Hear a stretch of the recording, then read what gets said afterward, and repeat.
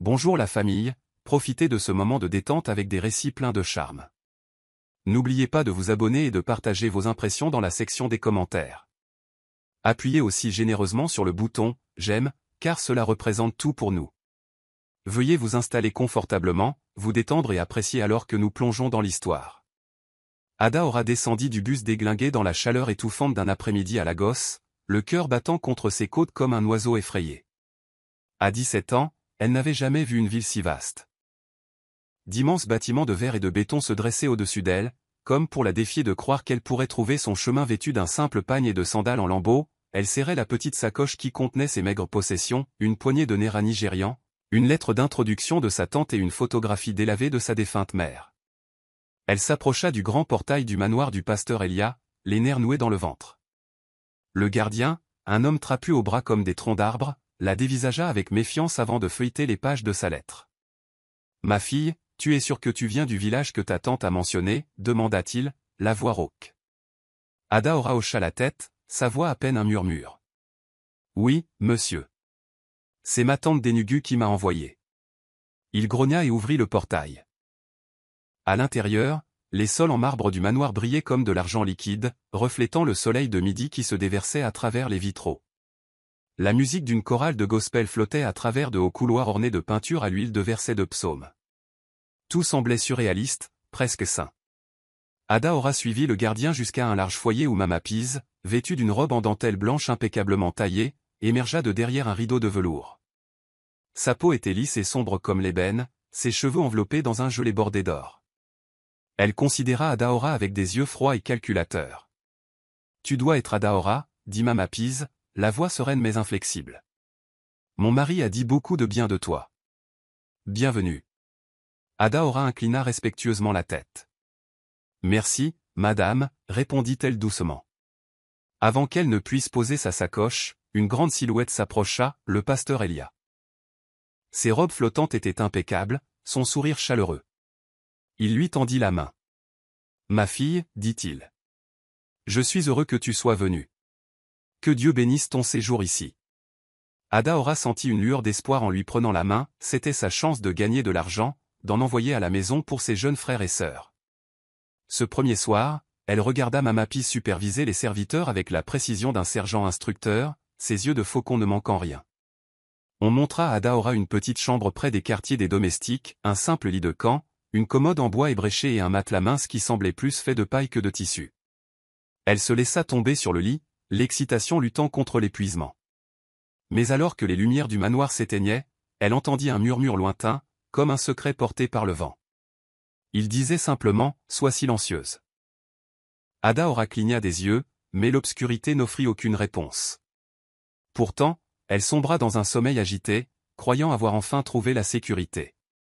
Le lendemain matin, Adaora se réveilla au son des oiseaux qui chantaient à sa fenêtre. Elle se frotta les yeux et entra dans le couloir, où l'odeur du riz jollof frais et du thé fumant emplissait l'air. Elle trouva Mama Pise dans la cuisine, goûtant une cuillerée de soupe de gombo. L'opulence de la cuisine comptoir poli, casserole en cuivre étincelante suspendue à un support en fer forgé laissa Adaora sans voix. La maîtresse de ce manoir se déplaçait avec une confiance tranquille. Mama Pise leva les yeux de sa louche, voyant Adaora bouche bée. « Viens ici, mon enfant » ordonna-t-elle doucement. Adaora s'approcha, le cœur battant. « Tu regardes du gombo frais comme si tu n'avais jamais vu un repas de ta vie » dit Mama Pise avec une légère pointe de cruauté. « As-tu faim » Adaora déglutit. « Oui, madame. » Les lèvres de Mama Pise s'incurvèrent en un demi-sourire. « Mange alors. »« Mais souviens-toi, mon mari est un homme de Dieu, mais même le diable porte un col. » Adaora cligna des yeux, confuse. Mama Pise la fixa d'un regard froid. « N'oublie jamais ça. » Pendant le dîner dans la grande salle à manger, le pasteur Elia récita un passage d'Isaïe pendant qu'Adaora servait du jus de bissap et de la viande de chèvre à des invités vêtus de tissus de créateurs.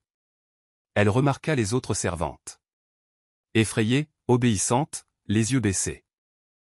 À sa place au bout de la longue table, Mama Pise la regarda à peine avant de se tourner à nouveau vers le sermon de son mari. Après le dîner, alors que les invités s'attardaient en cercle de prière, Adaora trouva une domestique autrefois souriante, une femme plus âgée nommée Chika, assise seule dans le couloir, les bras serrés autour de ses genoux. Les yeux de Chika étaient vides. Ne parle que si on t'adresse la parole, murmura-t-elle, la voix tremblante. Cet endroit. Ce n'est pas ce que tu penses. Les sourcils d'Adaora se froncèrent. Mais pourquoi? Le regard de Chika balaya le couloir. Son mari est un homme de Dieu. Les gens croient que cela les protège. Mais ici, Mama Peace contrôle tout. Elle change de visage. Efface les souvenirs. Tu dois être prudente.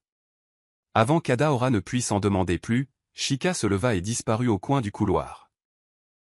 Dans le couloir bordé de miroirs, Adaora vit son pâle reflet, si jeune, si plein d'espoir, déjà grimaçant de peur. Cette nuit-là, Adaora s'agenouilla près de son lit et pria silencieusement. « Protège-moi, délivre-moi. » Mais le sommeil était insaisissable. Elle resta éveillée, écoutant le tic-tac régulier de la grande horloge, se demandant si les mots de Mama Peace masquaient une vérité plus profonde. Le sommeil finit par emporter Adaora par intermittence. Juste avant minuit, un léger grincement retentit à l'extérieur de sa porte. Elle se figea, le souffle court. La porte s'ouvrit, révélant le pasteur Elia debout dans la faible lumière du couloir, ses robes blanches flottant autour de lui comme de la brume. Ses yeux chaleureux rencontrèrent les siens. « Adaora » murmura-t-il à voix basse. Pendant un instant, elle accueillit cette attention. Cette gentillesse. Mais alors qu'il faisait un pas hésitant dans la pièce, une terreur glaciale lui serra le cœur. Elle feignit de dormir, se détournant. Le pasteur Elia se rapprocha, sa main s'avançant vers son épaule, effleurant sa peau. Le pouls d'Adaora s'accéléra. Elle entendit un bruissement soudain à l'extérieur de la porte. La silhouette de Mama Peace, observant. Sans un mot, le pasteur Elia recula et sortit. La porte se referma derrière lui. Adaora resta immobile jusqu'à ce que son esprit enregistre enfin ce qui venait de se passer. Elle gisait paralysée, la poitrine martelant, se demandant si elle avait imaginé la scène. Le lendemain matin, le manoir était baigné d'une lumière dorée. Le pasteur Elia présidait la dévotion de 6 heures du matin dans le hall principal, la voix riche et résonnante. « La pureté avant tout, mes enfants », proclama-t-il. Adaora était assise près du fond, la tête baissée, les mots coincés dans sa gorge. Après le service, elle le suivit dans le foyer, tremblante. « Monsieur », balbutia-t-elle. « La nuit dernière ?» Le regard chaleureux du pasteur Elia croisa le sien. Il gloussa comme s'il s'adressait à un enfant. Les rêves peuvent troubler un esprit endormi. Oublie ça. Elle déglutit difficilement, la confusion luttant contre un noyau de terreur. Plus tard dans la journée, dans la cuisine, elle trouva Mama Peace en train d'éplucher des ignames. « Tu l'as vu, n'est-ce pas » dit Mama Peace sans lever les yeux. Les doigts d'Adaora s'immobilisèrent, les ignames tombant. Je pensais que je rêvais. Le visage de Mama Peace était impassible. C'est un homme de Dieu. Il ne te ferait pas de mal. Ses paroles tombèrent comme des pierres. Mais madame. J'ai senti sa main. La main de Mama Peace se leva brusquement, sa gifle retentissant. La joue d'Adaora la brûla. Elle sentit le goût du sang. Tais-toi et remercie-le pour ton abri, cracha Mama Peace. Adaora la regarda, choquée. Mais. Tu n'as rien entendu. Tu n'as rien vu. Les yeux de Mama Peace brillaient d'une ferveur fanatique. Sous ce toit, le silence est ton affaire. Souviens-toi de ça. Adaora se caressa la joue tandis que Mama Peace s'éloignait d'un pas sec. Les cloches de l'église sonnaient au-dessus dans le clocher, un contrepoint cruel aux larmes d'Adaora. Une semaine plus tard, alors qu'Adaora frottait les sols en marbre à l'extérieur du sanctuaire principal, le jardinier, un homme âgé nommé Monsieur Okek, lui tendit un morceau de papier déchiré. D'un ami, marmonna-t-il, la voix prudente. Adaora le déplia, révélant une écriture déchiquetée. Tu n'es pas la première. La dernière fille a disparu.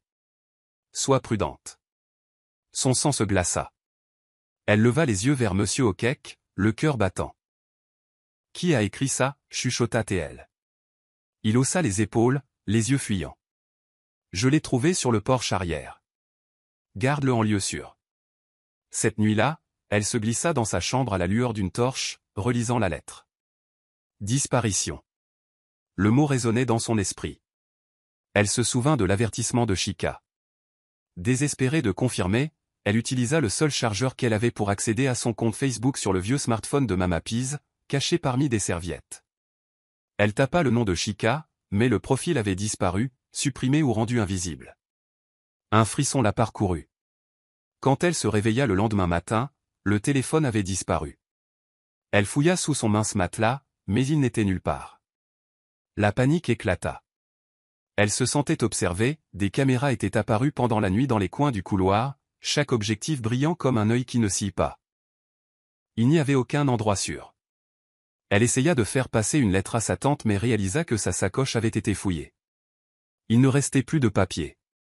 À la mi-journée, Mama Pease lui tapa sur l'épaule dans le couloir des domestiques.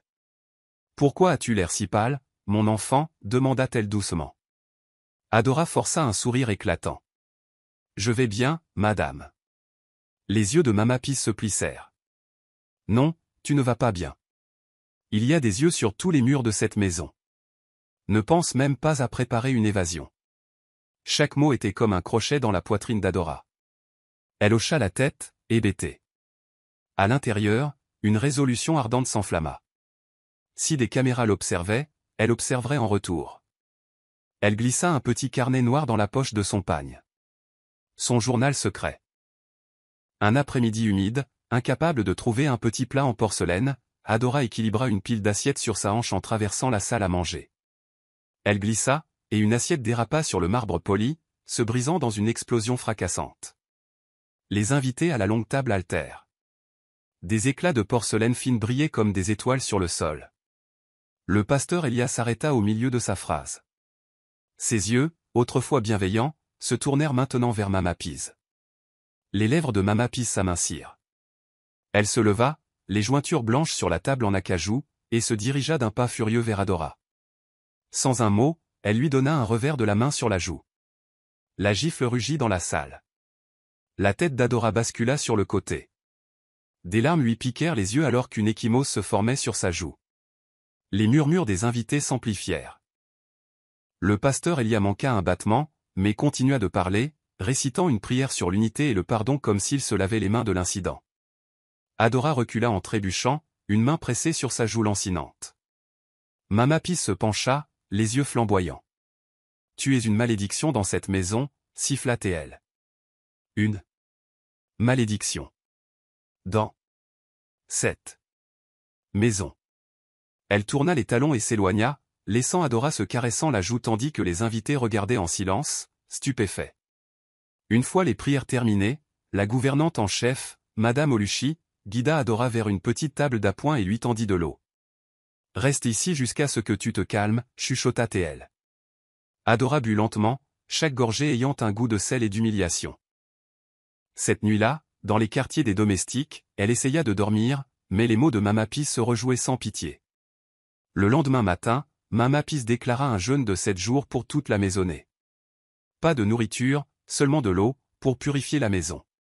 L'estomac d'Adora gargouilla. La faim lui rongeait les entrailles comme des rats dans un sac.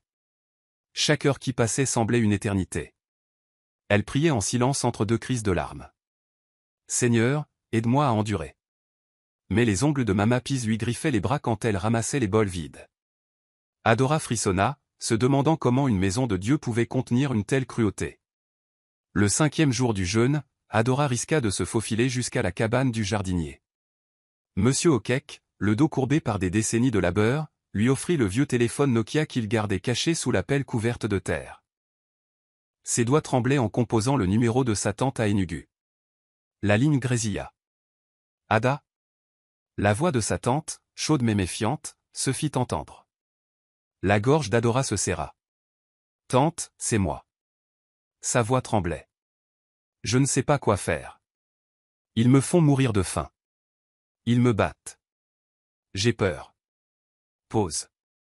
Une respiration lourde à l'autre bout du fil. « Mon enfant, écoute. » Le ton de sa tante était bas, urgent. « Ces gens ont du pouvoir ici. La femme du pasteur, le pasteur lui-même. On ne doit pas les contrarier. » Adora sentit les larmes couler. « Mais tante, je... » « Endure, c'est tout, » murmura sa tante. « Je ne peux pas t'aider d'ici. Je prierai, mais tu dois survivre. » Le cœur d'Adora se serra. L'appel se termina. Elle glissa le téléphone sous la pelle, l'esprit en ébullition.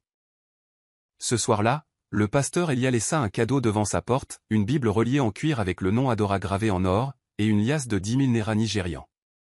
Une note manuscrite l'accompagnait. Oublie le passé. Recommence à neuf dans la lumière du Seigneur. Son estomac se retourna. Elle n'avait plus aucune illusion maintenant. Le cadeau était un pot de vin, un moyen de la faire taire. Après le dîner, elle s'attarda dans la chapelle éclairée aux chandelles, ses doigts traçant des versets sur la vérité et la justice. La faim et le désespoir s'affrontaient en elle. Elle sortit son petit carnet et écrivit furieusement. Mama Peace porte le premier coup.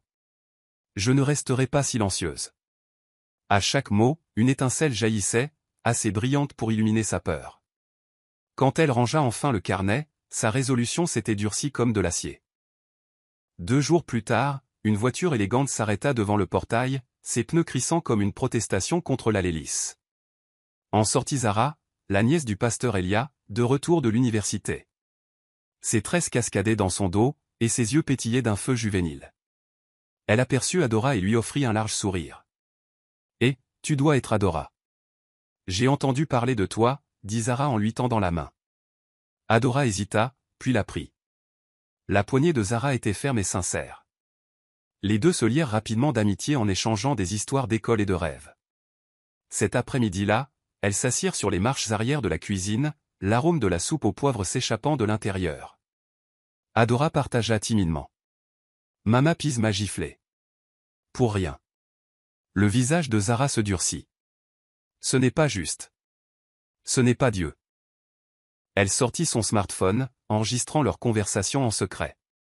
Je peux poster ça? Les gens doivent savoir. Le souffle d'Adora se coupa. Mama Peace me tuerait si elle savait. Zara lui glissa un minuscule appareil, pas plus grand qu'un bouton. Une caméra espion. Je te montrerai comment la placer. Démasquons-les. Le rire fusa alors qu'elle conspirait. Pour la première fois, Adora sentit l'espoir frapper son cœur tremblant. Mais les yeux d'aigle de Mama Peace surprirent les deux en train de chuchoter. Elle entra en trompe dans la cuisine, la voix basse et venimeuse. Zara, que se passe-t-il? Zara feignit l'innocence. On rattrape juste le temps perdu, ma tante. Les lèvres de Mama Peace se pressèrent en une ligne fine. Zara, pars maintenant. Le lendemain matin, Zara fit sa valise en silence. Les yeux d'Adora s'emplirent de larmes. Zara, s'il te plaît. Zara la serra contre elle. Utilise ça, dit-elle en pressant le bouton de la caméra espion dans la main d'Adora. Laisse la vérité briller plus fort que leurs mensonges. Avant qu'Adora ne puisse protester, Zara fut conduite dans une voiture qui attendait. Ses vitres teintées, elle s'éloigna à toute vitesse. La porte claqua, laissant Adora serrant le petit appareil, seule et tremblante. Au cours des 2 jours suivants, Mama Peace accrut sa surveillance. Adora profita des moments où le personnel de maison s'attardait en prière pour glisser la caméra espion dans une minuscule fissure de la moulure du couloir, pointée vers le bureau du pasteur Elia. Chaque nerf de son corps vibrait de tension. La 3e nuit, alors que la pluie battait les fenêtres du manoir, le pasteur Elia sortit de son bureau lorsque le couloir principal était désert. Il s'arrêta, regardant à gauche, à droite, puis tendit la main pour guider Adora dans son bureau. « Adora, murmura-t-il. Approche-toi. » Le cœur d'Adora battait la chamade, elle fit semblant d'être docile. Avec la caméra cachée enregistrant, elle se sentit mal alors que la main d'Elia touchait son bras. « Tu sais que personne n'écoute ici, murmura-t-il en se penchant. La peur et la colère s'enroulèrent dans sa poitrine. Elle recula. « Je dois retourner dormir, balbutia-t-elle. Il fronça les sourcils mais la laissa partir. La porte se referma derrière elle avec un léger déclic. Adora expira lentement, les mains tremblantes en récupérant la caméra. Sa poitrine se soulevait. L'enregistrement brillait sur le petit écran de l'appareil. Le lendemain matin, elle chuchota à la gouvernante en chef, Madame Oluchi, arrangeant une livraison discrète par coursier. Un petit colis contenant la carte mémoire de la caméra, adressé à Zara avec une note. Ils le protégeront, mais j'ai des témoins. Alors qu'Adora déposait le colis dans la boîte aux lettres des domestiques, les pas de Mama Peace résonnèrent derrière elle. Où vas-tu? Adora se figea, la lettre du coursier cachée dans son pagne. Elle força un sourire calme. Je vais chercher le linge, madame. Mama Pise la dévisagea un instant, puis hocha la tête sèchement. Adora s'éloigna, le cœur battant comme un tambour. Quelques instants plus tard, Mama Pise découvrit la boîte vide de la caméra sous le lit de camp d'Adora. La rage s'enflamma dans ses yeux. Elle entra en trombe dans la chambre d'Adora, la tira par les cheveux et la gifla des deux côtés du visage. Adora s'effondra sur le sol, hébétée, la vision trouble. Mama Pise lui murmura à l'oreille, la voix dégoulinante de malice. Tu pensais que je ne le découvrirais pas? Tu as perdu. Elle cracha et quitta la pièce, laissant Adora saignant en silence. Adora pressa ses paumes sur ses joues, sentant le goût cuivré du sang, mais malgré la douleur, un feu brûlait en elle, elle savait que son camp avait fait le premier pas. Le lendemain matin, Adora regarda depuis les quartiers des femmes son téléphone, obtenu clandestinement d'une servante sympathique, vibré de notifications. Le court clip de l'avance non désirée du pasteur Elia, flouté pour dissimuler le visage d'Adora, était devenu viral. Les gros titres hurlaient sur les blogs, pasteur surpris en train de harceler sa domestique, et l'épouse du pasteur d'une méga-église de Lagos sous le feu des critiques. Les commentaires affluaient, #ProtectAda, #PastorExposed, #JusticeForAda. Mais avec la célébrité vint la fureur. Mama Pise explosa, convoquant l'équipe de relations publiques de l'église dans la salle de conférence étincelante. Les caméras enregistrèrent ses lèvres tremblantes. Elle est possédée. C'est une campagne de diffamation. Mais personne ne l'a cru.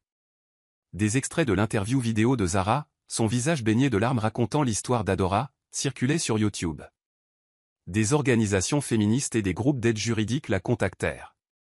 L'atmosphère dans le manoir crépitait de tension. Adora était assise recroquevillée dans son coin, les larmes coulant, alors que la voix d'un présentateur de nouvelles résonnait dans la cour, c'est plus qu'un scandale. C'est un règlement de compte, une domestique sous-payée disant la vérité au pouvoir. Derrière elle, Madame Oluchi murmura. Les filles comme nous ne sont pas entendues. Tu l'as fait.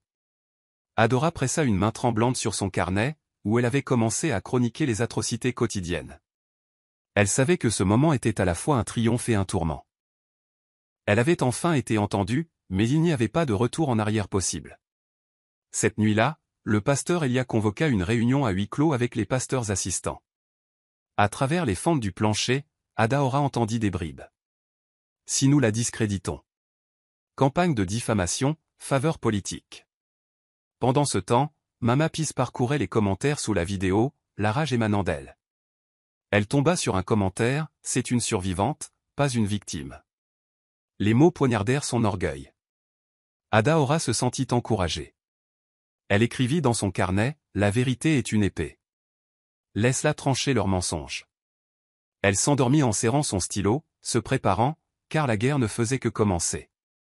Dans les 48 heures suivant l'explosion de la vidéo, Mama Pise monta en chair pour une conférence de presse. Les projecteurs illuminaient sa silhouette rigide tandis que des dizaines de journalistes griffonnaient. Elle leva le doigt et proclama d'une voix dégoulinante de fausse compassion, Adaora a introduit des esprits marins dans cette sainte maison. C'est une Jézabel, une sorcière envoyée pour nous détruire. Nous appelons à la délivrance. La déclaration se répandit comme une traînée de poudre.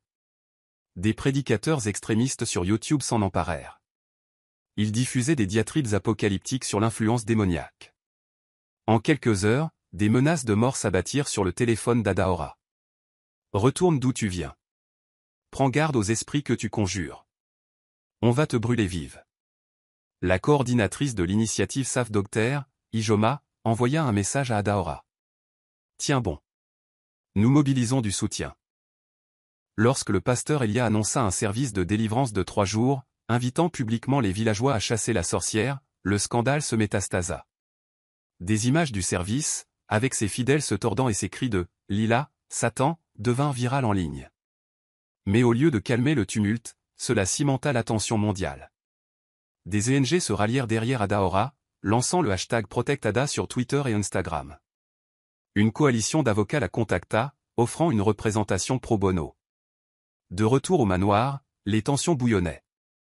Le personnel de maison se terrait dans les coins tandis que les caméras grondaient. Mama Pise planait en arrière-plan, les lèvres retroussées en un rictus triomphant. Mais tard une nuit, Adaora l'entendit murmurer à un ancien de l'église. « Je pensais qu'en la traitant de sorcière, nous effraierions les gens.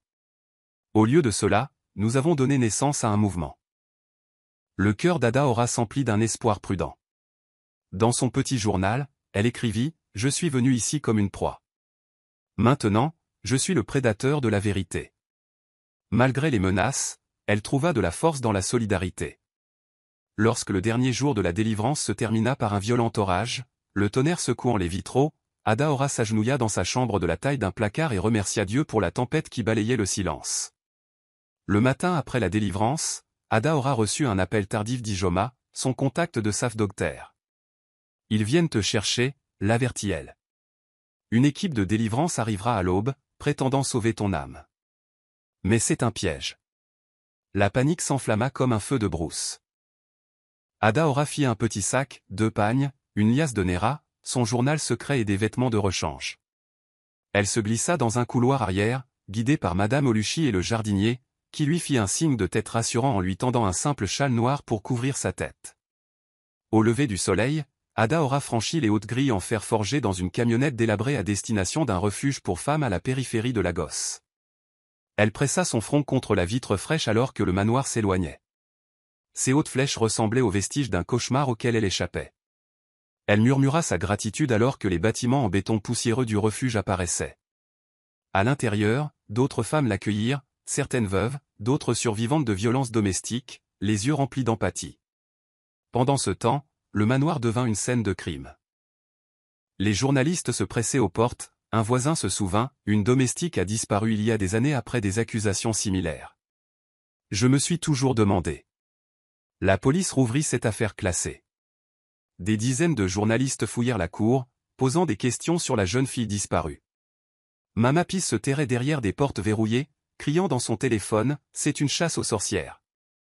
Les lignes téléphoniques du pasteur Elias s'illuminèrent d'appels frénétiques de chefs religieux, plaidant pour le calme. Depuis sa chambre sécurisée, Adaora regarda une émission en direct. L'infamie du pasteur Elias s'aggrave alors que de nouvelles allégations font surface.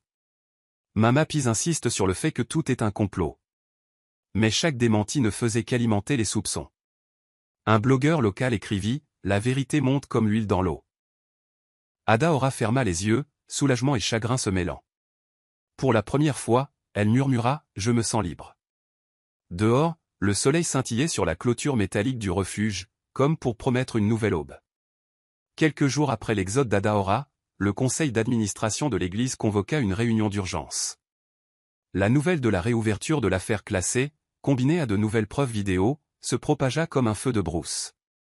Les anciens de l'église, autrefois d'une loyauté inébranlable, échangeaient maintenant des regards furtifs. Des vidéos circulaient de fidèles chantant devant les portes de l'église. Renoncez-le. Renoncez-le. Pendant ce temps, la lettre de suspension du pasteur Elia arriva dans le salon du manoir. Avec effet immédiat, suspendu indéfiniment en attendant l'enquête. Le communiqué de presse était laconique mais dévastateur. Les pasteurs des synodes voisins commencèrent à prendre leur distance, publiant des déclarations comme « Nous sommes aux côtés des survivants, pas des abuseurs présumés ». Au refuge, Adaora alluma la télévision pour entendre d'anciens employés de l'église témoigner anonymement. Une femme, l'écran flouté, confessa que le pasteur Elia l'avait forcé à nettoyer son bureau à minuit. Une autre révéla qu'il exigeait des faveurs sexuelles sous prétexte de purification spirituelle.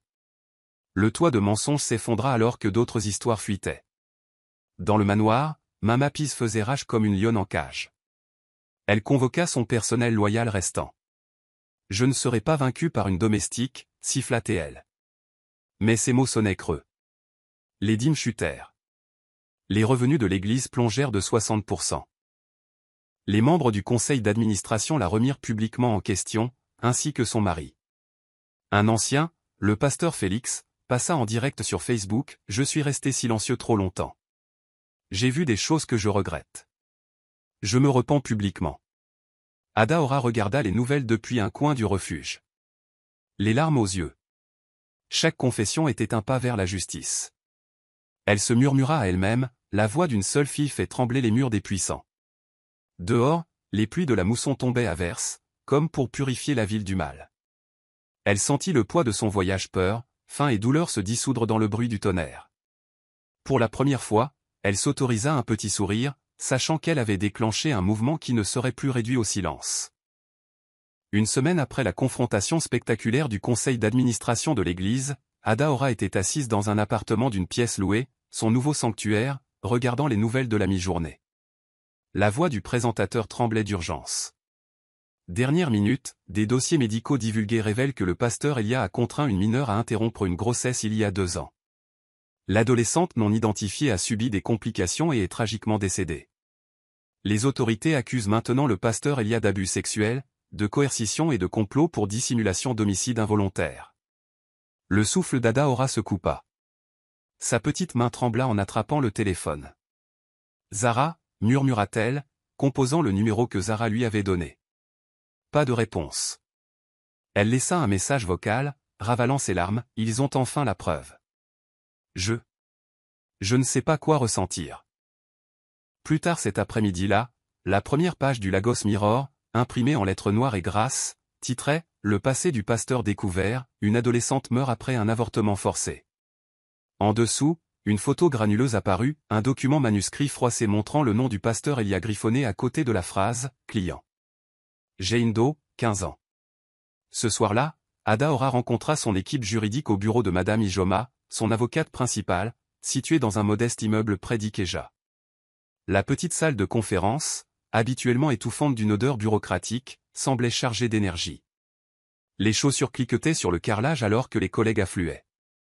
Madame Ijoma, une femme sévère d'une 50aine d'années avec des mèches grises dans son afro, arrangea les papiers sur la table ovale. Adaora, nous y sommes. Elle commença de son ton mesuré et pragmatique.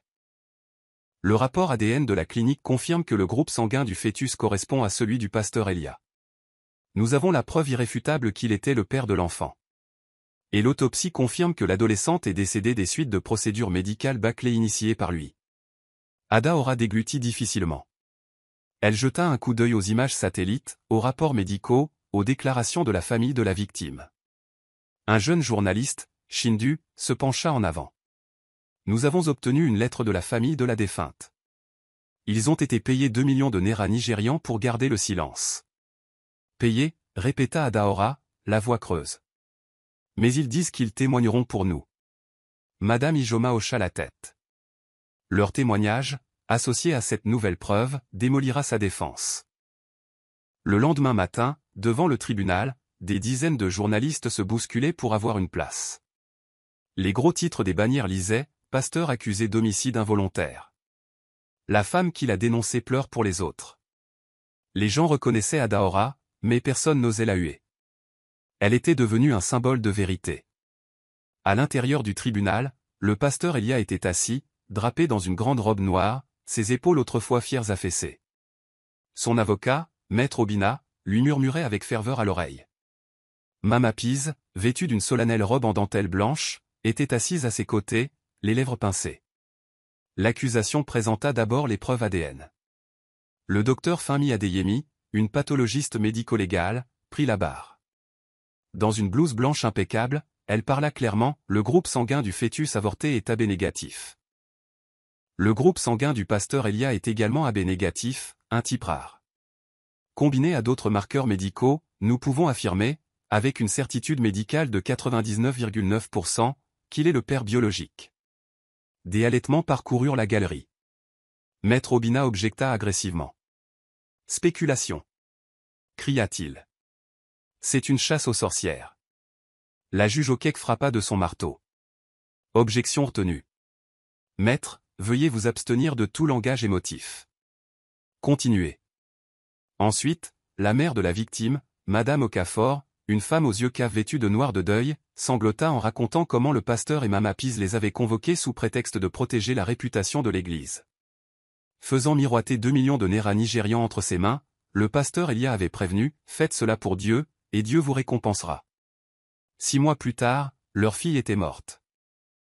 La tante de la victime, une femme résolue nommée Maureen, déclara, ils nous ont dit de nous taire. Mais notre fille avait le droit de vivre. Sa voix trembla alors qu'elle s'asseyait, des larmes coulant sur ses joues. Le tribunal se tut alors que la gravité des révélations s'abattait sur tout le monde. Dehors, le visage de Mama Pease était cendré. Le père John, un confrère ecclésiastique qui la veille encore agissait en ami, quitta son côté. Le pasteur Elia serra la mâchoire, les yeux baissés. Les murmures dans la foule se propagèrent comme des dominos. Il ne peut pas survivre à ça. Comment un homme de Dieu a-t-il pu faire ça? Elle est implacable. De retour dans son appartement, Adora s'assit sur le bord de son lit, le cœur battant à tout rompre. Son téléphone vibra à ses côtés, un texto de Zara, tout le monde regarde. Reste forte. Adora s'autorisa une seule larme. Juste une. Elle murmura dans l'obscurité. C'est pour toi. Et pour toutes les autres. 2 jours plus tard, les médias titraient en couleur « L'utilisation abusive des fonds de charité du pasteur exposé. Des comptes bancaires secrets révélés ». Le rapport d'enquête de Sahara Watch détaillait comment 150 millions de naira nigérians de dons de charité étrangers n'avaient jamais atteint les pauvres. Les enquêteurs avaient retracé les fonds vers des comptes à Dubaï, en Suisse et aux îles Caïmans, chacun sous un alias contrôlé par Mama Pease. Les fonds, initialement destinés à la construction d'écoles dans des villages reculés, finançaient des voitures de luxe, des bijoux et même un SUV de 95 millions de naira nigérians portant les initiales de Mama Pease sur la plaque d'immatriculation. Tard cet après-midi-là, dans un bureau gouvernemental poussiéreux à Abuja, 2 enquêteurs, l'inspectrice Amina Youssef et le détective Chiko Koro, étaient assis l'un en face de l'autre, penchés sur des feuilles de calcul projetées sur un écran usé. Amina tapota l'écran, désignant une rangée de chiffres. Compte à Dubaï numéro 654 321. 50 millions de naira nigérians. Ligne suivante, compte au Caïman numéro 098765. 30 millions de naira nigérians. Le total est de 150 millions de naira nigérians. Sa voix était stable, résolue. Chiko fronça les sourcils. Mama Pease obtient des voitures de luxe, mais nous n'avons pas trouvé le lien direct avec le pasteur Elia. Pas encore. C'est elle qui signe les virements. Amina croisa les bras. Exactement. Nous devons obtenir une assignation pour ses relevés bancaires et ses carnets de voyage. Si nous montrons que l'argent est parti sous son nom puis est revenu en tant que charité du pasteur, nous pourrions prouver la conspiration. À Lagos, des manifestants se rassemblèrent sous le soleil brûlant devant les portes closes de la cathédrale de la Rédemption, la méga-église du pasteur Elia. Des bannières flottaient dans la brise. Rendez l'argent. Fraude exposée. Justice pour les pauvres. À la tête de la foule se tenait Ijoma. Elle leva son mégaphone. Nous ne serons pas réduits au silence. 150 millions de naira nigérians volés aux nécessiteux. Nous exigeons des réponses. La foule éclata en chant. Rendez l'argent. Justice. Fini la corruption. À l'intérieur de la salle de conférence de la cathédrale, Mama Pease faisait les 100 pas dans ses pantoufles de soie, le visage tordu de fureur. Maître Obina se tenait à la tête d'une longue table en acajou, agitant des pages d'imprimés. Votre grâce, commença-t-il, nous pouvons présenter cela comme une erreur de bureau. Les donateurs étrangers ont utilisé des sociétés écrans. Il n'y a pas de preuve directe que vous l'ayez encaissé. La main de Mama Pease se serra autour d'un gobelet en cristal. Ses lèvres se retroussèrent en un rictus. Présentez ça. Nous n'avons plus rien à présenter. Le pasteur Elia, les lèvres blanches, pressa ses doigts sur ses tempes. Je te faisais confiance, marmonna-t-il. Elle tourna brusquement la tête vers lui. J'ai fait ce que je devais faire. Cette église avait besoin de fonds. Tu devrais me remercier.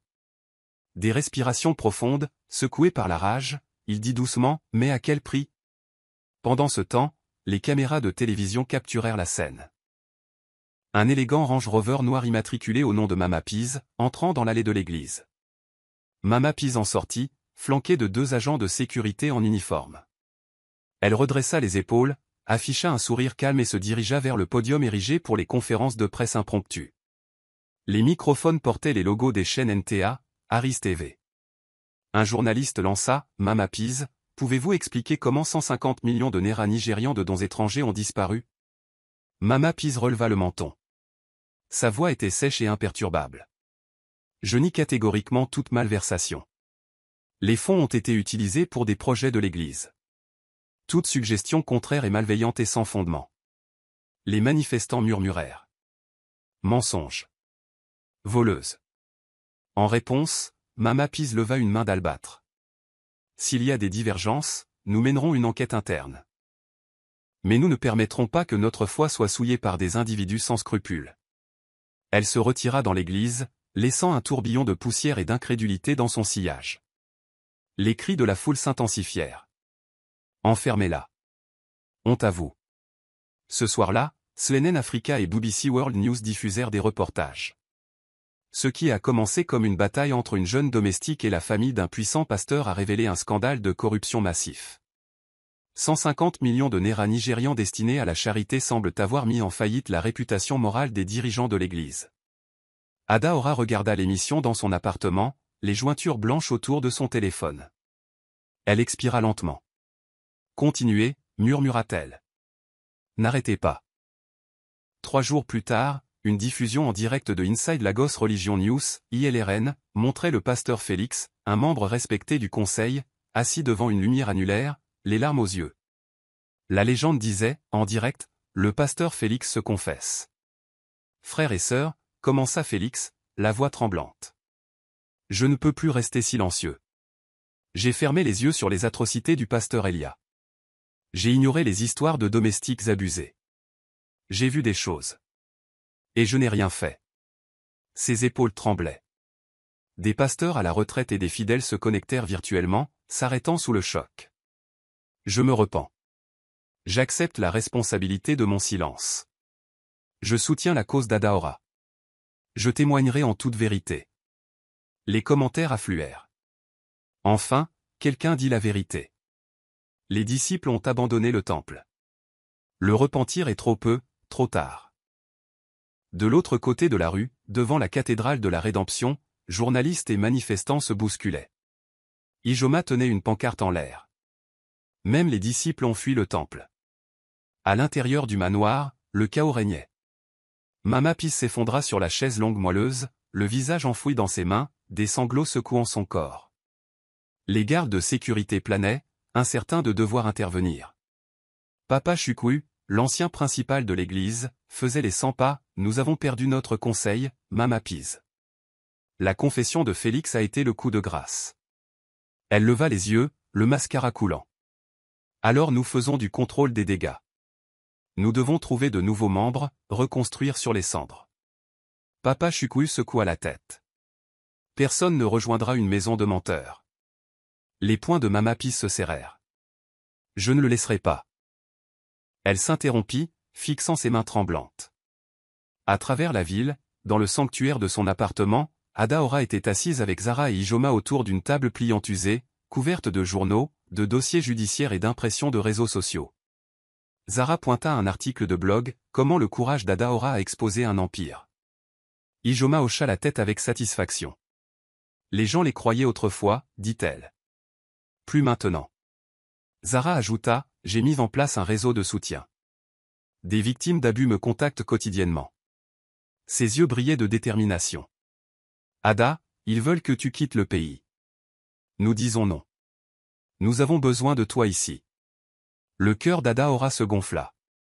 Je resterai. Pour eux. Cette nuit-là, dans un modeste salon en face des terrains déserts de l'église, le pasteur Elia rencontra une poignée d'anciens fidèles.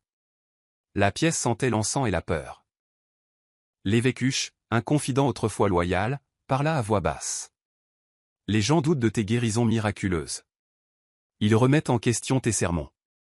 Ils se moquent de notre foi. Le pasteur Elia ferma les yeux. Je n'ai jamais voulu ça. L'évêque se pencha en chuchotant. Il y a encore une chance. Si nous pouvons chasser les dissidents, Félix, le père John et les autres, nous pouvons reconstruire. Purger les rangs. Ses lèvres se tordirent. Nous purgerons pour que les fidèles restent. Le pasteur Elia ouvrit les yeux. Hanté. Suis-je encore un homme de Dieu si je fais ça? L'évêque posa une main sur son épaule. Dieu nous éprouve par le feu. Nous en sortons plus purs. Un filet de doute s'installa dans la poitrine d'Elia. Trop tard maintenant pour faire marche arrière. Le matin du 12 juillet crépitait de camionnettes de presse et de journalistes devant la haute cour à Acacia. Un thermomètre sur le bandeau de la télévision indiquait 33 degrés Celsius. Mais la tension le faisait paraître plus chaud. Des milliers d'yeux étaient fixés sur la salle d'audience 9, où l'audience finale pour l'affaire du pasteur Elia devait commencer. Adaora arriva vêtue d'une simple robe blanche, sans bijoux, sans maquillage, reflétant son engagement inébranlable envers la vérité. Elle serrait son journal intime, le carnet relié en cuir dans lequel elle avait déversé son cœur pendant des mois. Avec Zara, arrivée dans une robe Ankara vibrante, et Ijoma, qui portait un costume sur mesure, elles entrèrent dans la salle d'audience, la tête haute. À l'intérieur, les salles richement décorées étaient bondées. Journalistes, militants, membres de l'église et curieux remplissaient chaque siège. Des caméras étaient perchées sur des trépieds au dernier rang. Le pasteur Elia était assis à la table des accusés, son visage autrefois beau, décharné, les yeux cernés de fatigue. Mama P était assise tranquillement derrière lui, une couverture épinglée sur ses genoux pour cacher ses jambes tremblantes. La juge Olabizé Adetokunbo, une femme posée dans une robe noire impeccable, entra, et la salle se leva. Elle frappa de son marteau. Oyez, oyez. La cour est maintenant en session. Sa voix, bien que douce, consuma le silence. Maître Obina, flanqué d'une équipe d'associés bien soignés, se leva. Votre honneur, nous demandons le rejet de toutes les preuves concernant l'adolescente avortée. Il commença son discours, la voix mielleuse. Nous soutenons que ces documents ont été obtenus illégalement. Par conséquent, ils sont irrecevables. Madame Ijoma se leva. Elle parla d'un ton calme et délibéré. Votre honneur, le rapport ADN a été compilé légalement, en vertu d'une ordonnance du tribunal. Les documents sont au cœur de cette affaire, prouvant que le pasteur Elia a engendré une mineure et a provoqué son meurtre. Les rejeter serait saper la justice pour toutes les victimes. La juge Adetokunbo étudia les dossiers devant elle. Elle regarda vers la galerie. L'accusation présente-t-elle d'autres arguments? Le docteur Finmi Adeyemi, la pathologiste médico-légale, prit de nouveau la barre. Elle récapitula les résultats ADN. Nous avons utilisé des protocoles établis, sérologie des groupes sanguins, prélèvement de tissus, conformément aux normes de la NHA. Il n'y a eu aucune violation de procédure. Le juge hocha la tête. Maître Obina se déplaça mal à l'aise. Il chuchota au pasteur Elia, qui regardait droit devant lui, vide d'expression. La juge Adetokunbo frappa de son marteau. La motion de rejet est refusée. Nous procéderons avec toutes les preuves intactes. La tension monta d'un cran alors que des murmures éclatèrent dans la salle d'audience. Ensuite, Madame Ijoma appela Adeora à la barre. Elle se leva lentement, la plupart de la foule retenant son souffle. Un silence envahit chaque recoin de la salle alors qu'Adeora s'approchait de la barre des témoins. Consciente de tous les regards, elle planta fermement ses pieds, prit son journal et commença à lire des extraits d'une voix calme et inébranlable. 2 juillet. Je me suis endormi dans le couloir, puis je me suis réveillé avec une main sur mon épaule. L'haleine du pasteur Elia sentait l'encens. Il a dit, Ada, tu ne parleras pas. J'ai essayé de me dégager, mais la peur pesait sur mes membres comme du plomb. Sa voix trembla légèrement mais ne se brisa jamais. Elle continua, chaque entrée de journal amplifiant le schéma d'abus. Les gifles de Mama Pise, la manipulation psychologique, le jeûne forcé, les caméras secrètes la surveillant. Le juge se pencha en avant, captivé. La galerie était silencieuse, à l'exception du doux bruissement du papier. Le visage de Mama Pise perdit ses couleurs. Les yeux du pasteur Elia vacillèrent de culpabilité. Quand Adeora eut fini de lire, elle leva les yeux, croisant le regard du juge. Ceci, dit-elle d'une voix résolue, est la vérité que j'ai vécue pendant des mois. Je parle pour toutes les filles dont la voix a été volée. Un seul et discret murmure d'applaudissements s'éleva du fond. La juge Adetokunbo ferma le journal. Merci, mademoiselle Adeora. Votre témoignage est puissant, mais nous devons rester objectifs. La défense fut autorisée à contre-interroger. Maître Obina se leva, menaçant au pupitre, le regard dur. Mademoiselle Adeora, vous admettez avoir une vendetta personnelle. Vous avez tout à gagner de cette affaire. N'est-ce pas? Les épaules d'Adeora se redressèrent. Non, monsieur. Je ne reçois pas d'argent pour témoigner. Je ne me bats que pour la vérité et pour ceux qui ne peuvent pas parler. Les yeux d'Obina se plissèrent. N'est-il pas vrai que Zara, votre associée, vous a coaché sur ce qu'il fallait dire? Zara se hérissa dans la galerie. Le regard de la juge Adetokunbo se posa sur Obina. Objection retenue. Maître, veuillez vous abstenir d'insinuations spéculatives. Obina se rassit. Les lèvres pincées. Le juge se tourna vers Adéora. Vous pouvez vous retirer.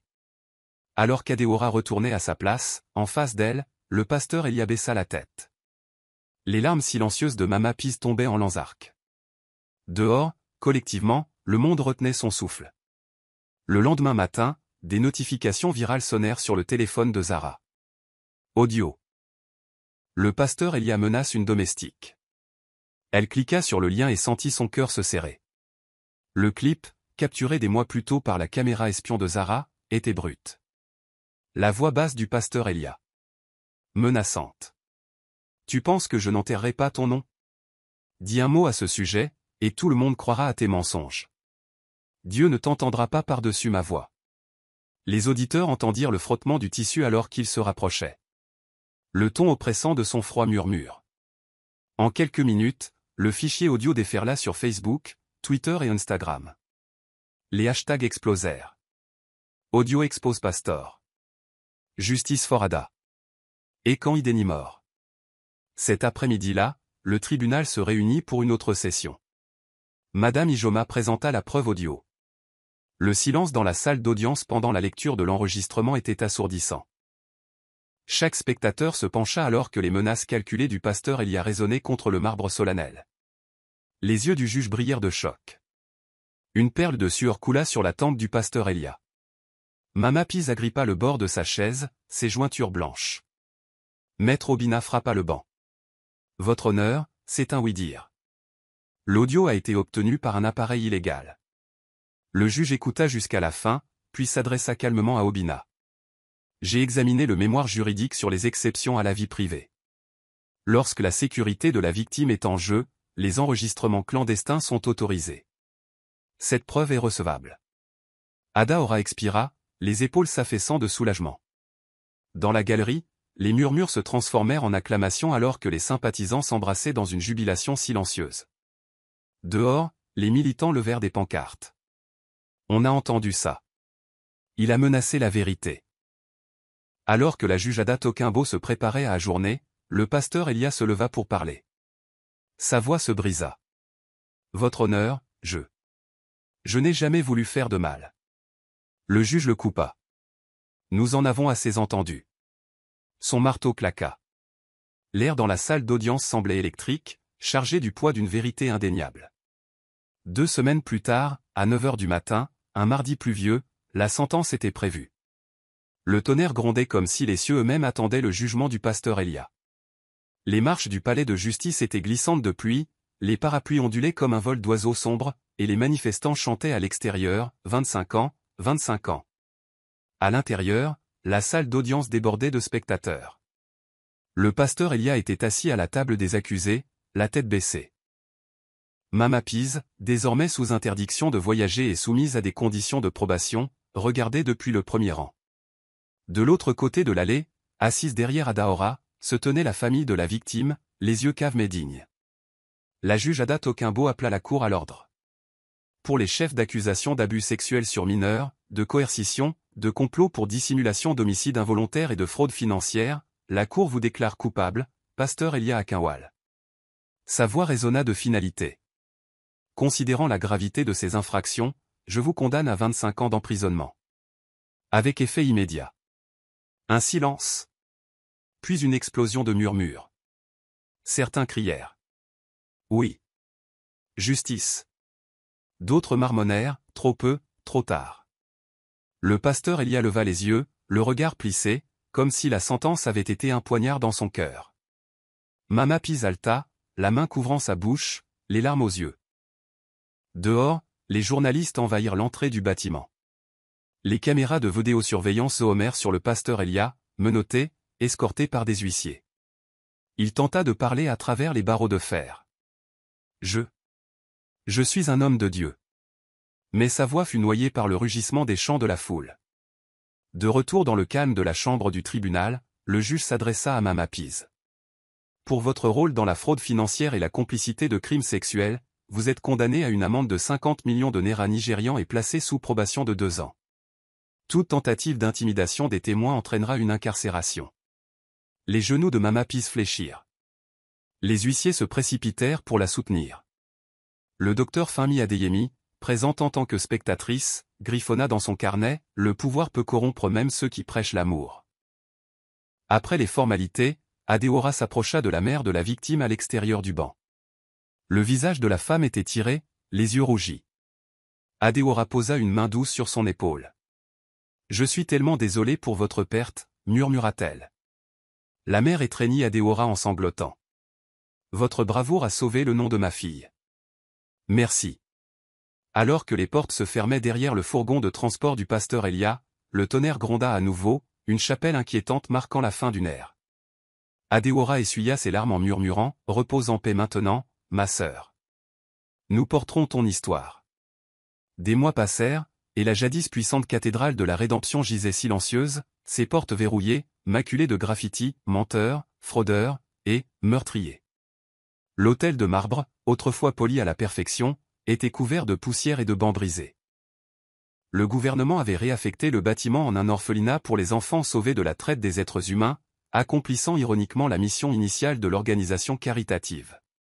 Dans un modeste bureau au-dessus d'une librairie à Victoria Island, Adeora rencontra une agente littéraire, Madame Finkojo, pour discuter de la publication de ses mémoires. Le bureau de l'agente était encombré de manuscrits. « Adeora », commença Fink.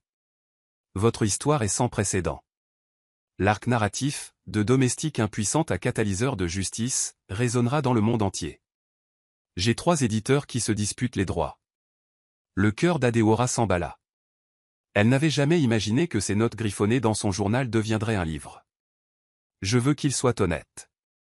Sans rien édulcorer. » Fink hocha la tête. « Bien sûr. Nous y intégrerons vos expériences, le courage, les revers. Nous l'intitulerons La domestique qui a parlé. Il sortira au Nigeria, puis sera déployé aux États-Unis, au Royaume-Uni et au-delà. » Au cours des semaines suivantes, les ébauches allèrent et vinrent. Zara compila des témoignages d'autres survivantes. Ijoma fournit les transcriptions du tribunal. Fink rédigea des résumés de chapitres convaincants. Finalement, le 15 octobre, le livre fut lancé à Lagos lors d'un événement modeste à Terra Culture. À l'intérieur de la galerie, des centaines de personnes remplissaient l'auditorium. Les caméras de presse bordaient les allées. Adeora, vêtue d'un simple chemisier noir et d'une jupe, monta sur le podium. La nervosité lui serra la poitrine, mais elle inspira et commença. « Quand je suis arrivée à Lagos, j'étais une jeune fille effrayée qui croyait aux promesses d'une sainte maison. Aujourd'hui, je me tiens devant vous en tant que survivante. Ce livre ne parle pas de vengeance. Il s'agit de dire la vérité au pouvoir. Il est pour chaque fille forcée au silence. » Les applaudissements tonnèrent dans la salle. Les gens se levèrent, acclamant, certains sanglotant. Un journaliste du Guardian s'approcha par la suite, « Mademoiselle Adeora, des projets d'adaptation cinématographique ?» Elle sourit doucement. « On verra. Pour l'instant, je veux me concentrer sur l'aide aux autres. » Malgré les demandes d'émissions de télévision et d'interviews, Adeora resta sélective. Elle accorda un reportage à Aris TV, un segment à BBC Africa, et déclina des offres lucratives de producteurs hollywoodiens, préférant garder le contrôle de son récit. Ce soir-là, alors qu'elle rentrait chez elle sous les néons de la ville, Zara à ses côtés, elle murmura. « Ton histoire a déjà changé tant de vies. » Zara lui serra la main. « Ce n'est que le début. » Début novembre, Adeora annonça le lancement de sa fondation, la Safe Doctor Initiative, SDI. Située dans un bureau loué dans les rues animées de Yaba, la SDI offrait une aide juridique, un abri et un soutien psychologique aux jeunes filles confrontées à des abus domestiques ou professionnels. Le jour de l'inauguration, des dizaines de jeunes femmes se rassemblèrent à l'extérieur, serrant des dépliants de la SDI, « S'ils ne veulent pas vous entendre, nous le ferons. Votre voix est puissante. Vous n'êtes pas seul. » À l'intérieur de la salle de réunion du bureau, aux murs peints en bleu ciel et ornés d'affiches encadrées portant des slogans comme « Parlez. Nous écouterons » et « Justice pour toutes », Adeora accueillit les visiteuses. Elle avait engagé Zara comme directrice de la sensibilisation de la fondation et Madame Ijoma comme responsable du conseil juridique. Dans le coin arrière, une petite étagère contenait des classeurs usés, des dossiers, des rapports médicaux, des registres de conseil. Sur le bureau, un ordinateur portable diffusait en direct des témoignages de bénéficiaires. À 10 heures précises, Adeora monta sur l'estrade, flanqué d'une rangée des premiers employés de la SDI, psychologues, avocats, travailleurs sociaux. La cacophonie du trafic de la rue animée s'estompa alors qu'elle commençait. J'étais autrefois une domestique dont les cris tombaient dans l'oreille d'un sourd. Aujourd'hui, je consacre ma vie à faire en sorte que d'autres filles ne souffrent pas seules. La Safe Doctor Initiative sera une forteresse pour chaque fille cherchant refuge. Son discours fut accueilli par des applaudissements retentissants. Une jeune femme au premier rang leva la main. Adeora, comment pouvons-nous aider, demanda-t-elle, la voix mal assurée. Le regard d'Adeora s'adoucit. Donnez de votre temps. Soyez bénévole comme mentor. Sensibilisez l'opinion. Nous ne pouvons pas faire cela seuls. Ensuite, une représentante du ministère des Affaires féminines s'approcha. Nous voulons nous associer à vous pour créer une nouvelle législation visant à protéger les travailleuses domestiques. Pouvons-nous compter sur l'expertise de la SDI? Zara hocha la tête avec empressement. Absolument. Nous avons rédigé des propositions. Nous avons juste besoin de la plateforme du ministère. Tout au long du mois de novembre, la ligne d'assistance de la SDI reçut des centaines d'appels. Les cas affluèrent, filles exploitées par des employeurs, femmes menacées par leur belle famille, domestiques piégés dans des ménages abusifs. Chaque histoire faisait écho à celle d'Adeora, une tapisserie de souffrance inouïe. Un cas concernait une jeune fille de 16 ans nommée Fête, amenée de Wari pour travailler pour une famille riche. La maîtresse la battait pour avoir renversé du porridge. La tante de Fête avait entendu parler de la SDI et avait pris contact. Adeora organisa son sauvetage et la plaça dans une maison sûre. Sur le visage soulagé de Fête, Adeora vit son propre reflet passer. Le 1er décembre, journée internationale des filles, la SDI organisa un forum public à l'auditorium de l'Université de Lagos. Étudiants, militants et journalistes se réunirent. Une table ronde comprenait Ijoma, une psychologue nommée Dr Ifeoma, et une ancienne domestique qui avait trouvé refuge. Ils discutèrent du soutien en santé mentale, des recours juridiques et de l'engagement communautaire. Le hashtag SafeDaughter fut en tendance dans tout le pays. À la fin de l'année, la SDI s'était étendue à 3 villes Lagos, Abuja et Port Harcourt levant plus de 300 000 $ de dons. Le Sénat nigérian tint des auditions sur les recommandations de la SDI, y compris l'enregistrement obligatoire et la surveillance des travailleuses domestiques. Au cœur du bâtiment du secrétariat fédéral d'Abuja, une session convoquée par la Commission sénatoriale des droits de la femme et de l'enfant entendit les témoignages du personnel de la SDI. La sénatrice Amina Balogun, une sympathisante, déclara « Les travailleuses domestiques sont vitales pour notre société. Elles doivent être protégées. » L'ère du silence prend fin maintenant. Alors que la législation commençait à prendre forme, Adeora était assise dans son petit bureau, lisant les dernières ébauches du projet de loi. Un journaliste lui envoya un texto, « Quelle est la prochaine étape pour Adeora ?» Elle tapa, « Je vais de village en village, m'assurant que les filles là-bas connaissent leurs valeurs. » En janvier, alors que les sommets enneigés du Vermont semblaient un autre monde, une vidéo surprenante apparut sur YouTube, La confession de Mama Peas. La chaîne avait plus de 50 000 abonnés. En quelques heures, la vidéo devint virale. Dans la séquence, Mama Peas était assise dans une pièce nue et faiblement éclairée, vêtue d'une simple robe en coton noir. Pas de gelée, pas de bijoux, pas de maquillage. Son visage était tiré, les yeux rouges de larmes. Une seule lumière au plafond projetait des ombres dures sur ses joues. Elle parla à la caméra, la voix brisée. « Adeora, je t'ai giflé. Parce que j'étais jalouse. Jalouse que mon mari te traite gentiment. Il ne m'a jamais regardé comme il te regardait. J'étais faible, peu sûr de moi. Je ne voulais pas qu'il aime quelqu'un d'autre que moi. » Sa confession se poursuivit, tremblante. « Quand j'ai trouvé ces vidéos, j'ai perdu la foi. J'ai ressenti une colère si profonde qu'elle m'a fait faire des choses impardonnables. J'ai menti. J'ai conspiré. Je t'ai traité comme une sorcière parce que j'avais peur que tu révèles mes échecs. » Pendant les 5 minutes suivantes, Mama Peas pleura, racontant comment la pression de maintenir une image parfaite l'avait conduite à devenir complice d'actes indicibles. Elle admit avoir détourné des fonds, orchestré de fausses séances de délivrance et contraint leur congrégation au silence. À la fin de la vidéo, ces derniers mots. « Adeora, si jamais tu vois ça, je te demande pardon. Pas seulement pour les gifles, mais pour mes péchés. J'accepte que je ne serai peut-être jamais libéré des conséquences. Mais peut-être qu'en disant la vérité maintenant, je peux commencer à expier. Les commentaires explosèrent. Choqué. Je n'arrive pas à croire qu'elle l'ait admis. Le pardon est une grâce. Elle reste une criminelle. L'opinion publique se divisa, certains louant son honnêteté, d'autres la rejetant comme une manœuvre pour sauver la face. Zara et Ijoma se réunirent dans la salle de conférence de la SDI, regardant la vidéo sur un grand écran. Les lèvres d'Ijoma tremblèrent. C'est sans précédent. Elle admet tout. Zara fronça les sourcils. Mais pourquoi maintenant? Elle pourrait essayer de regagner la sympathie du public ou de réduire sa peine de probation. Ijoma se pencha en avant. Quoi qu'il en soit, ça change la donne. Nous devons vérifier ses déclarations. Mais si c'est sincère, cette confession pourrait soulager une partie de la douleur, pour Adeora, et pour les autres qu'elle a blessés. Adeora regarda la vidéo seule dans son appartement. Chaque mot la transperçait, aussi tranchant que des éclats de verre. Les souvenirs affluèrent, la gifle froide, les mots cruels, la nuit dans le placard. Elle se leva, fit les 100 pas dans la pièce, l'esprit en ébullition. Quand la vidéo se termina, elle s'effondra sur le sol, des larmes coulant sur ses joues. Tard cette nuit-là, Mama Peace contacta Ijoma, demandant une rencontre.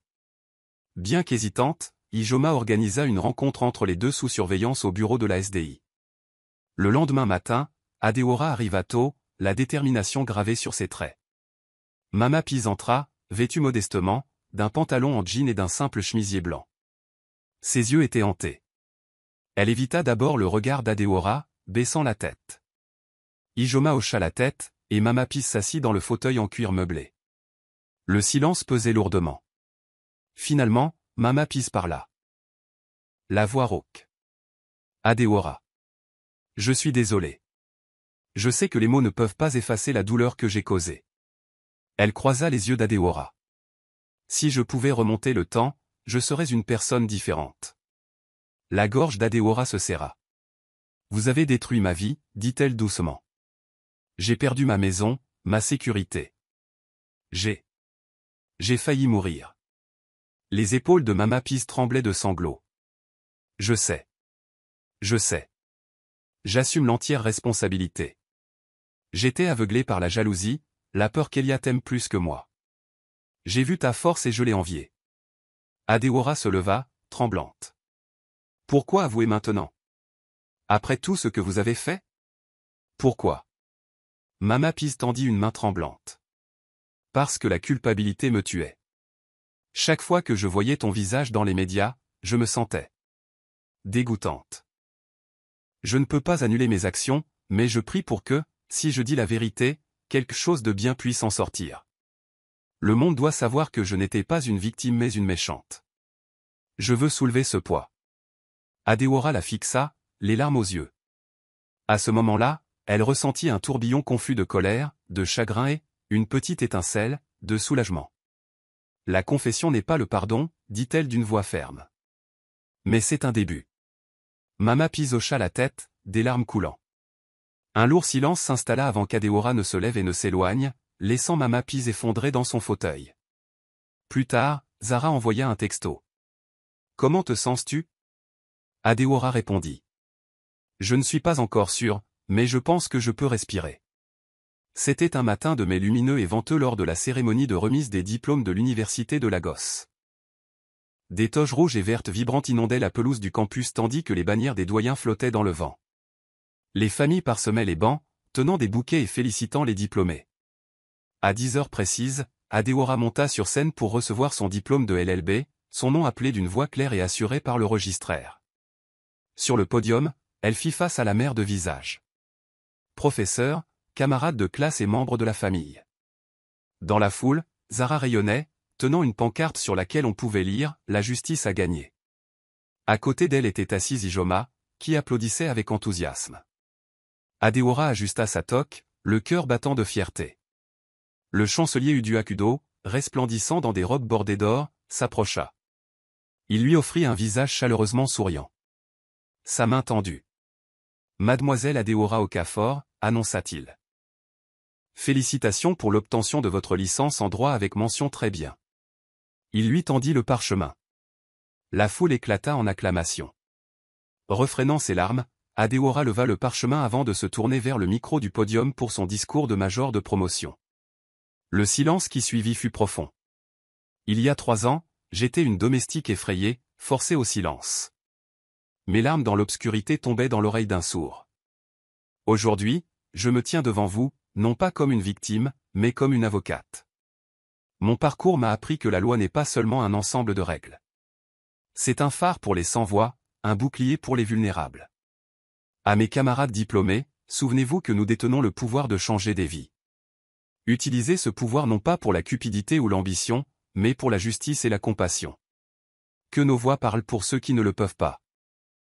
L'assemblée se leva, rugissant d'approbation. Alors qu'elle quittait la scène, diplôme en main, les étudiants se précipitèrent, la serrant dans leurs bras, la remerciant. Une camarade de classe, Chika, s'approcha, des larmes brillant dans ses yeux. Ada, ton discours. Il m'a donné des frissons. Tu vas changer le monde. Adeora sourit, la serrant dans ses bras. Je vais essayer. Après la cérémonie, les photographes affluèrent.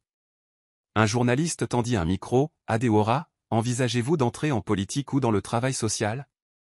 Elle marqua une pause réfléchie. Je pratiquerai le droit de la famille et des droits de l'homme à Abuja, mais je n'arrêterai pas de défendre les travailleuses domestiques et les survivantes d'abus. Alors que le soleil se couchait sur le campus, Adeora et Zara marchaient à travers une foule d'étudiants jetant leurs toques en l'air. Zara la poussa du coude. De domestique à ministre, hein? Adeora rit, le son léger mais résolu. Ministre de la Justice. En juin, sous un soleil nigérian écrasant, Adeora retourna dans son village natal d'Udozi, dans l'état d'Anambra. Elle descendit du bus navette délabré sur les routes familières de poussière rouge. Les femmes au marché interrompirent leur marchandage pour la regarder passer, vêtue d'une jupe bleu marine et d'un chemisier blanc, un contraste frappant avec ses pagnes en lambeaux d'antan. Elle se dirigea vers la concession de sa famille à la lisière du village. Quand elle entra dans la cour, son père, Papa Okafor, voûté par l'âge, la peau gravée de rides, était assis sur un banc en bois, les yeux fixés sur la terre rouge. Mama Okafor, plus grande que la plupart des femmes du village, l'étreignit fermement comme si elle craignait qu'elle ne disparaisse. Ses jeunes frères et sœurs, 2 frères et une sœur, l'entourèrent, les visages rayonnants de fierté. « Je n'aurais jamais pensé te voir dans de si beaux vêtements, » dit son frère Shijiok en souriant. « Mais nous avons toujours cru en toi. » Tu leur as montré. Autour d'une marmite fumante de soupe aigusi, ils parlèrent tard dans la soirée. Adeora raconta ses expériences. Les abus, le triomphe au tribunal, la fondation. Chaque histoire suscita des halètements, des larmes et des exclamations de fierté. Dehors, dans la cour éclairée par la lune, les grillons chantaient alors qu'elle contemplait la modeste église où elle avait été baptisée.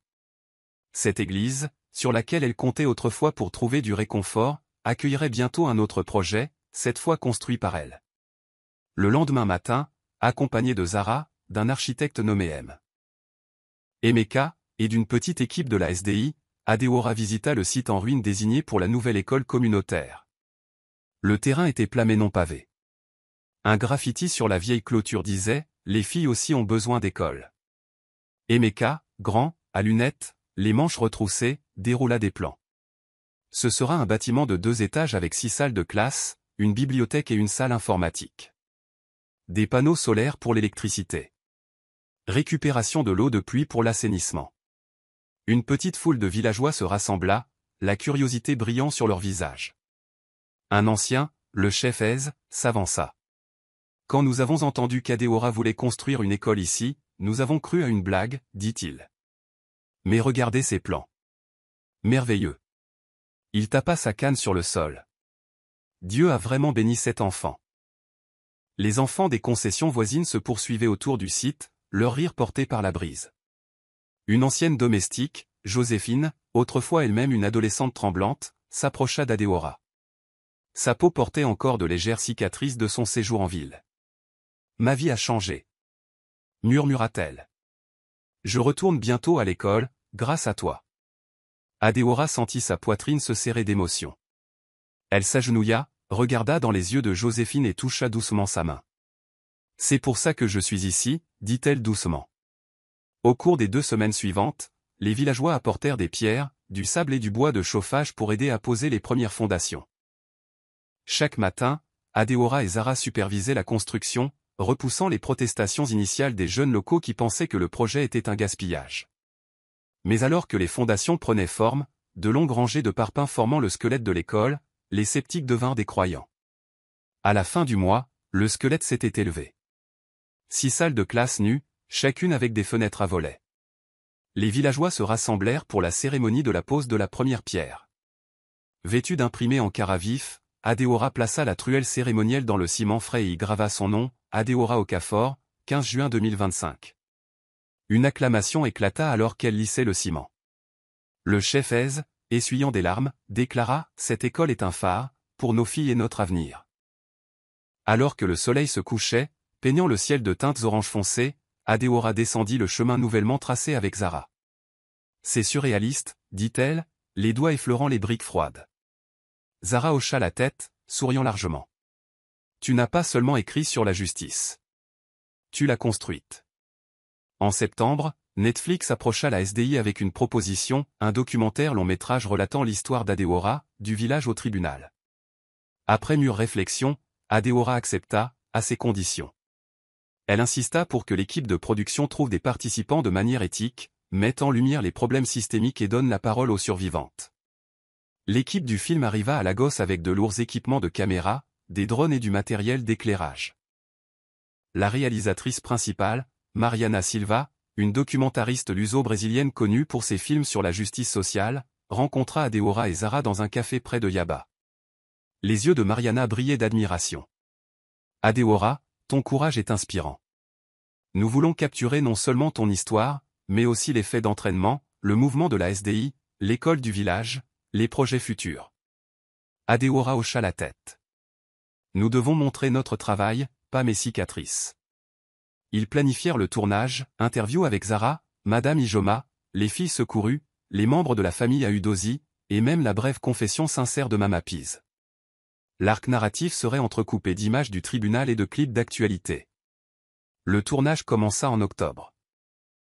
Au siège de la SDI, les caméras capturèrent Adeora à son bureau, répondant aux appels, examinant des dossiers, rencontrant des clientes. Pour la scène de reconstitution du procès, ils filmèrent dans une version en studio de la salle d'audience neuve pour plus d'authenticité. Adeora jouant son propre rôle, lisant son journal. À Udozi, des plans de drone capturèrent les routes ensoleillées du village, l'église tranquille, l'école à moitié terminée, les villageois hochaient la tête tandis que le bourdonnement des caméras enregistrait les sons ambiants. Les enfants jouant, les cloches de l'église sonnant, les rires des femmes au marché. Une interview particulièrement poignante eut lieu dans l'ancienne cathédrale de la Rédemption, maintenant un orphelinat. Avec la permission des autorités locales, ils filmèrent à l'intérieur du bâtiment réaffecté. Des enfants en uniforme déambulaient, leur rire résonnant contre les murs de pierre. Mariana fit se tenir Adeora à l'ancien pupitre, un micro placé, des faisceaux de lumière poussiéreux tombant en diagonale à travers les vitraux brisés. Mariana, doucement, hors champ, que ressens-tu quand tu te tiens ici? Adeora, la voix basse, réfléchie, cet endroit était autrefois une scène de souffrance. Maintenant, c'est une toile d'espoir. Ces faisceaux de lumière, c'est comme le pardon de Dieu qui brille à travers les fissures. Les caméras tournèrent alors qu'elle s'agenouillait devant l'autel vacant, priant à voix haute, que cet endroit ne contienne plus la peur, mais abrite plutôt ceux qui sont dans le besoin. Quelques jours plus tard, le tournage se termina par une première de gala à l'amphithéâtre extérieur de Terra Culture. Des centaines de personnes se rassemblèrent, sympathisants, journalistes, survivantes et villageois amenés par la SDI. Le grand écran scintilla. Un silence tomba alors que le générique de début défilait, giflait, la véritable histoire d'Adeora, suivi du logo de Netflix. Pendant les 90 minutes suivantes, les spectateurs regardèrent le parcours d'Adeora avec des détails saisissants. Son arrivée à Lagos, les gifles de Mama Piz, les caméras secrètes, la vidéo virale, le drame du tribunal, l'effondrement de l'église, et enfin, le travail de la fondation et l'école du village. Chaque témoignage, les articles de Zara, le chagrin de Madame Okafor, les déclarations solennelles de la juge Adetokimbo tissées ensemble en une puissante tapisserie. Quand le générique de fin défila, le silence régna un instant avant qu'un tonnerre d'applaudissements n'éclate. Les survivantes dans le public pleuraient, les journalistes griffonnaient furieusement et les villageois acclamaient. Un journaliste de CNN Africa se fraya un chemin à travers la foule. Adéora, avez-vous quelques mots pour conclure? Elle s'approcha du micro, la voix ferme, le cœur plein. Cette histoire n'est pas seulement la mienne. Elle est pour chaque fille forcée dans l'ombre. Si vous vous sentez inaudible, trouvez votre voix. Si vous vous sentez impuissante, tenez-vous aux côtés de quelqu'un qui peut vous aider. La justice n'est pas une destination. C'est un voyage que nous parcourons ensemble. Alors que la foule se levait pour une ovation debout sous le ciel étoilé de Lagos, Zara serra Adéora dans ses bras. Tu l'as fait, murmura-t-elle. Tu as changé le récit. Adéora laissa sa tête reposer sur l'épaule de Zara, sanglotant doucement au milieu des acclamations. Son voyage avait bouclé la boucle, de domestique craintive à lumière guidant les autres. 5 ans plus tard, un matin humide de juin 2030, Adéora était assise dans le portique de la haute cour fédérale d'Abuja, des dossiers soigneusement empilés sur une table pliante à côté d'elle. Une jeune femme, le visage strié de peur et de soulagement, suivit un assistant dans la salle de conférence. La femme, ESE, avait été accusée d'avoir volé 50 000 naira nigérians à son employeur. À 18 ans, elle avait quitté un village poussiéreux près d'Oyko pour venir travailler comme domestique à Abuja. La maîtresse, une mondaine bien connue, avait prétendu que ESE avait pris de l'argent dans son sac à main. ESE jura qu'elle était innocente, mais l'avocat de l'employeur avait porté des accusations criminelles. Risquant la prison, elle vint au bureau de la SDI à Abuja. Adéora se leva de sa chaise, accueillant ESE avec un sourire chaleureux. « Bonjour, ESE. Veuillez vous asseoir. » Les yeux de ESE balayèrent la pièce, s'attardant sur les étagères de livres de droit. Elle s'assit timidement, tripotant sa jupe. Adéora lui tendit un dossier. « Dites-moi, que s'est-il passé ?» La voix de ESE tremblait. « Je suis allé acheter de la nourriture pour les enfants. J'avais exactement 50 000 naira nigérians. Mais quand je suis revenu, son portefeuille avait disparu. Je l'ai ramassé, pensant qu'elle l'avait fait tomber. Elle a dit que je l'avais volé. » Adéora hocha la tête, absorbée. « Avez-vous quelqu'un qui peut témoigner pour vous? Un voisin? Un ami? » ESE secoua la tête. « Je reste dans mon coin. Ils ont dit qu'ils me renverraient si je parlais. » Adéora posa doucement une main sur le bras de ESE. « Nous trouverons des témoins. Je vous le promets. » Elles passèrent des heures à examiner les images de vidéosurveillance du quartier. Adéora et son équipe découvrirent que la maîtresse avait été filmée en train de prendre 50 000 naira nigérians de son propre sac à main, de les laisser tomber dans la main de la domestique dans un acte d'humiliation cruelle, puis d'accuser ESE devant des invités. Armée de ces images, Adéora se présenta au tribunal cet après-midi-là. Le juge, un jeune homme à lunettes nommé Justice Moussa, écouta Adéora présenter les clips de vidéosurveillance, les déclarations de témoins oculaires du gardien de nuit de l'immeuble et l'affidavit sous serment de ESE. La salle d'audience, encore marquée par le souvenir d'affaires très médiatisées, se tut. Le juge Moussa se pencha en avant, la voix mesurée. Sur la base de cette preuve irréfutable, les charges contre Madame ESE sont rejetées. De plus, j'ordonne des excuses officielles consignées au procès-verbal et je mets en garde la plaignante contre les fausses accusations. Les larmes de ESE coulèrent alors que le juge frappait de son marteau. Des acclamations éclatèrent parmi le personnel de la SDI assis derrière elle. Un journaliste de leadership était posté à l'extérieur, son téléphone capturant le moment. Alors qu'elle quittait la salle d'audience, une foule de badauds se rassembla. Une jeune domestique en uniforme délavé s'approcha. « Êtes-vous Adéora Okafor ?» demanda-t-elle avec de grands yeux. « C'est vous qui avez défendu cette domestique. Je vous dois ma vie. » Adéora s'agenouilla, prenant la main de la domestique. « Et je lui dois ma vie. Vous valez bien plus que ce qu'il vous laisse croire. » Plus tard, de retour à son bureau, Adéora réfléchit au chemin parcouru. D'abord, elle avait été la victime. Maintenant, elle était l'avocate. Le son des téléphones qui sonnaient formait une symphonie en arrière-plan. Plus d'appels à l'aide, plus de filles à sauver. Elle tapa une note rapide à Zara, encore une victoire. Passons à la suivante. Alors que le crépuscule tombait à l'extérieur des hautes fenêtres, peignant la pièce de corail et d'or, Adéora contempla une photo encadrée sur son bureau, une jeune fille dans un uniforme blanc éclatant, avec une plaque en dessous indiquant « École communautaire du Dozi », 2025. À côté, une coupure de journal, le documentaire Netflix bat des records. Elle ferma les yeux et murmura une prière, à ceux qui souffrent en silence, votre combat est mon combat. Avec un doux sourire, elle leva les yeux alors que Zara entrait, une pile de nouveaux dossiers à la main. Adéora se leva pour la rejoindre. Mettons-nous au travail, dit-elle doucement. Ensemble, elles se dirigèrent vers la porte, deux femmes liées par un but, prêtes à façonner l'avenir, une voie, une affaire, un rêve à la fois. Alors qu'elles sortaient dans l'air humide d'Abudja, le bourdonnement de la ville semblait moins oppressant et plus vivant, un témoignage de la vérité qui ne peut jamais être enchaînée. Je suis ravi que vous soyez arrivés jusqu'à la fin. J'espère que l'histoire vous a plu. N'hésitez pas à appuyer généreusement sur ce bouton « J'aime » et à vous abonner pour d'autres récits captivants comme celui-ci. Nous serions ravis de vous lire. Quelles leçons avez-vous tirées de cette histoire? Partagez vos réflexions dans les commentaires ci-dessous. À la prochaine histoire.